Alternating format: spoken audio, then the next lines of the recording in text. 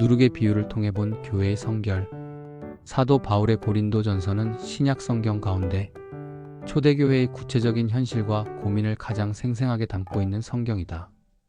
당시 고린도는 로마 제국의 아가야 주 수도로서 상업과 무역이 활발하고 다양한 문화와 종교가 뒤섞인 국제적인 항구 도시였다. 이러한 배경 속에서 세워진 고린도 교회는 성령의 은사가 풍성하게 나타나는 역동적인 공동체였으나 그 이면에는 도시의 세속적 가치관에 깊이 영향을 받은 심각한 문제들을 안고 있었다. 교회 내의 파벌 분쟁, 지혜를 빙자한 교만, 성적인 문란, 우상 제물에 대한 논쟁, 성만찬의 오용, 은사의 사용, 부활에 대한 오해 등은 공동체의 본질을 위협하는 심각한 위기였다. 고린도전서 5장은 이러한 문제들 중에서도 가장 충격적인 사안, 즉 한 교인이 자신의 계모와 동거하는 근친상 간의 죄악은 이미 전편에서 다뤘다. 이러한 공동체의 도덕적 불감증은 복음의 본질을 왜곡하고 교회의 거룩성을 근본적으로 훼손하는 것이었다. 이러한 배경 속에서 사도 바울은 5장 6절에서 8절까지의 본문을 통해 교회의 영적 교만을 강하게 질책하고 공동체가 회복해야 할 성결의 원리를 제시한다. 바울은 이 짧은 단락에서 유대인들에게 매우 친숙한 유월절이 누룩 비유를 신학적 논증의 핵심 도구로 사용한다. 이 비유는 단순히 죄의 확산성을 설명하는 사파를 넘어 기독론적 구원, 사건과 성도의 윤리적 삶이 어떻게 불가분하게 연결되어 있는지를 밝히는 신학적 토대를 제공한다. 즉, 유월절 어린 양이신 그리스도의 희생이라는 구속사적 사건이 어떻게 고린도 교회의 구체적인 윤리적 문제에 대한 해답이 되는지를 논증하는 것이다. 따라서 본고는 고린도전서 5장 6절에서 8절까지의 본문을 심층적으로 분석함으로써 바울이 제시하는 공동체 성결의 신학적 근거를 탐구하고자 한다. 먼저 죄의 파급력에 대한 경고인 6절을 살펴보고 이어 그리스도의 희생에 기반한 성도의 새로운 정체성인 7절을 분석하며 마지막으로 이러한 정체성을 살아내는 삶의 방식, 즉 성도의 윤리적 실천인 8절에 대해 살필 것이다.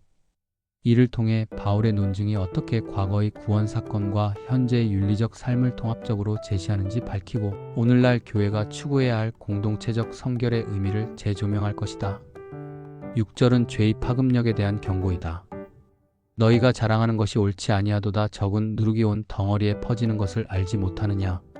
바울은 먼저 너희가 자랑하는 것이 옳지 아니하도다라는 단호한 선언으로 고린도 교인들의 왜곡된 자기인식을 정면으로 비판한다. 그들의 자랑은 공동체 내의 끔찍한 죄악을 용납하면서도 스스로를 영적으로 성숙하고 관용이 넘치는 공동체로 여기는 교만에서 비롯되었다. 바울이 여기서 사용한 옳지 아니하다는 표현은 단순한 도덕적 비난을 넘어 부적절하다, 근거가 없다는 의미를 담고 있다.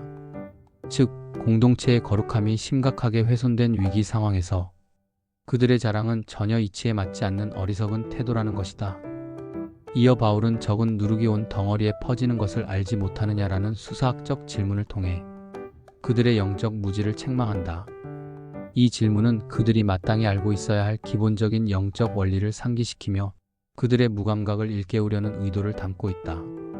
고대의 빵 제조 과정에서 누룩은 이전 반죽의 일부를 발효시킨 것으로 새 반죽에 섞여 들어가 전체를 부풀게 하는 역할을 했다. 이 과정은 눈에 잘 띄지 않지만 지속적이고 필연적으로 전체에 영향을 미친다는 특징을 가진다. 이 비유의 배경에는 출애굽기 12장의 유월절 규례가 자리 잡고 있다.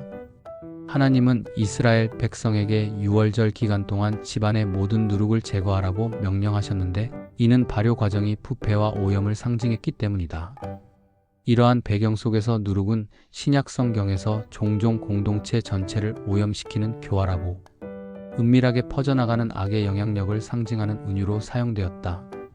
바울은 이 격언을 통해 한 개인의 죄를 용납하는 것이 결코 그 개인의 문제로 국한되지 않음을 역설한다. 공동체 안의 죄는 마치 작은 누룩 덩어리와 같아서 방치될 경우 공동체 전체의 영적 순수성과 도덕적 기준을 서서히 그러나 확실하게 무너뜨린다. 죄에 대한 용납은 공동체의 단결력을 해치고 구성원들의 신앙 구조를 약화시키며 결국 세상의 비난과 위협 앞에서 교회의 정체성을 보존할 능력을 상실하게 만드는 파괴적인 결과를 초래한다.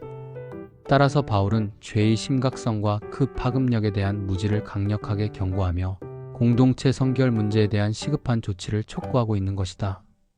7절은 그리스도 안에 주어진 새로운 정체성에 관한 이야기이다. 너희는 누룩 없는 자인데 새 덩어리가 되기 위하여 묵은 누룩을 내버리라. 우리의 유월절 양 곧 그리스도께서 희생되셨느니라. 경고에 이어 바울은 구체적인 명령과 그 신학적 근거를 제시한다.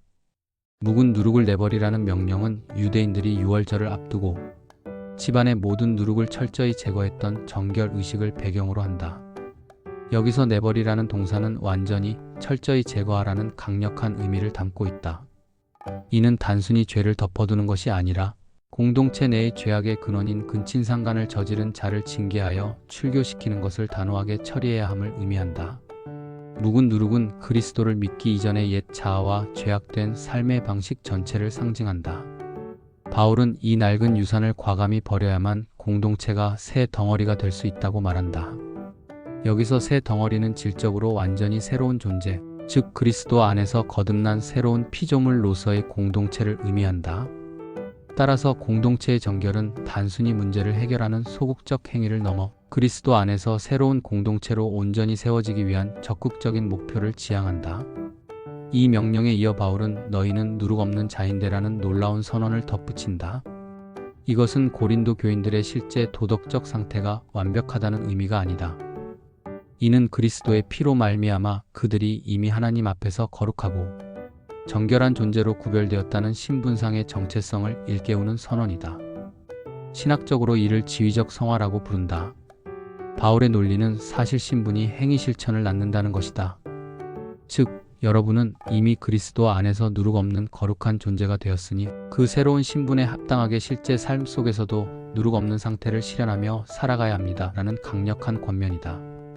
이러한 새로운 신분과 삶의 궁극적인 근거는 바로 우리의 유월절 양, 곧 그리스도께서 희생되셨느니라라는 기독교 신앙의 핵심 선포에 있다. 바울은 구약의 유월절 어린 양의 이미지를 예수 그리스도와 직접적으로 동일시한다.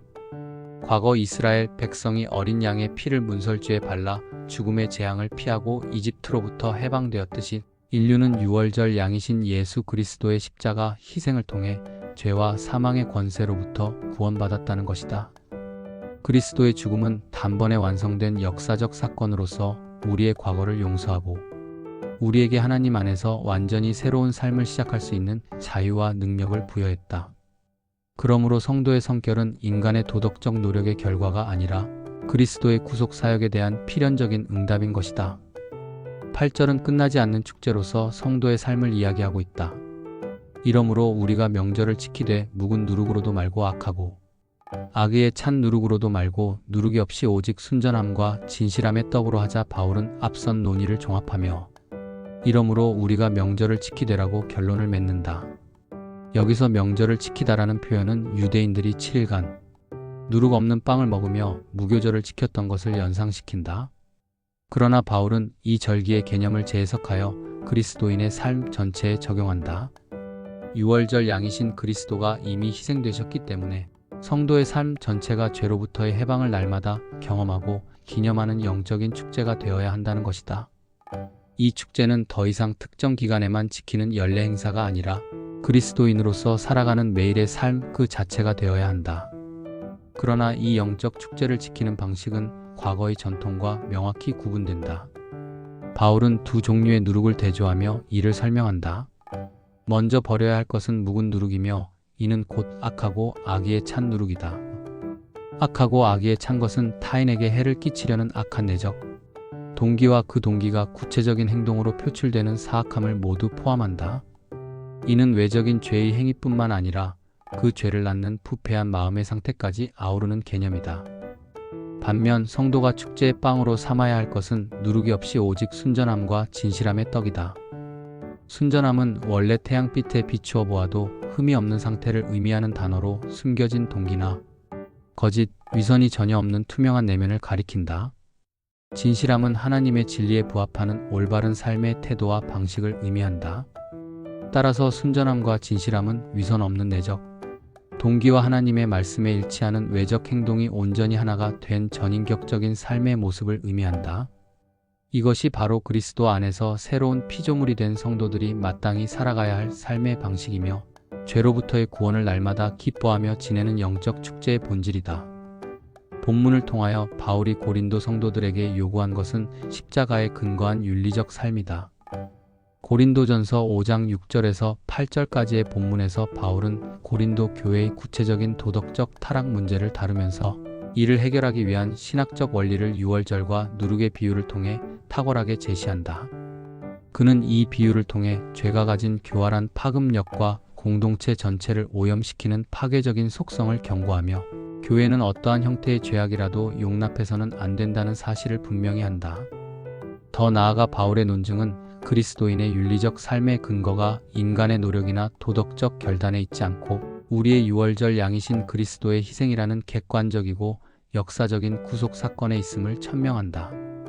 성도들은 이미 그리스도 안에서 누룩 없는 자라는 새로운 신분을 부여받았으며 따라서 그들의 거룩한 삶은 이 새로운 정체성을 구체적인 삶 속에서 실현해 나가는 과정이다. 그리스도인의 삶은 더 이상 과거의 죄악된 습관인 묵은 누룩과 악하고 악의에 찬 누룩으로 얼룩진 삶이 아니라 순전함과 진실함이라는 누룩 없는 떡으로 날마다 구원의 기쁨을 기념하는 영적 축제가 되어야 한다. 결론적으로 바울의 유월절 신학은 그리스도의 십자가 사건이 단순히 사후의 천국행을 보장하는 증표에 그치지 않음을 보여준다. 그리스도의 죽음은 우리를 죄의 옛 모습에서 건져내어 그분의 거룩한 형상을 닮아가는 새로운 피조물로 재창조하기 위한 하나님의 능력이다. 이는 기독교 신앙이 구원의 확신에만 안주하는 정적인 것이 아니라 삶의 모든 영역에서 거룩함을 이루어가는 역동적인 성화의 과정임을 의미한다. 따라서 고린도전서 5장 6절에서 8절까지의 본문은 과거의 구원 사건과 현재의 윤리적 책임, 그리고 미래의 온전한 완성을 하나로 연결하는 통합적 신앙의 관점을 제시하며 오늘날의 교회에게도 공동체의 순결을 지키고 십자가 복음에 합당한 삶을 살아갈 것을 강력하게 도전하고 있다.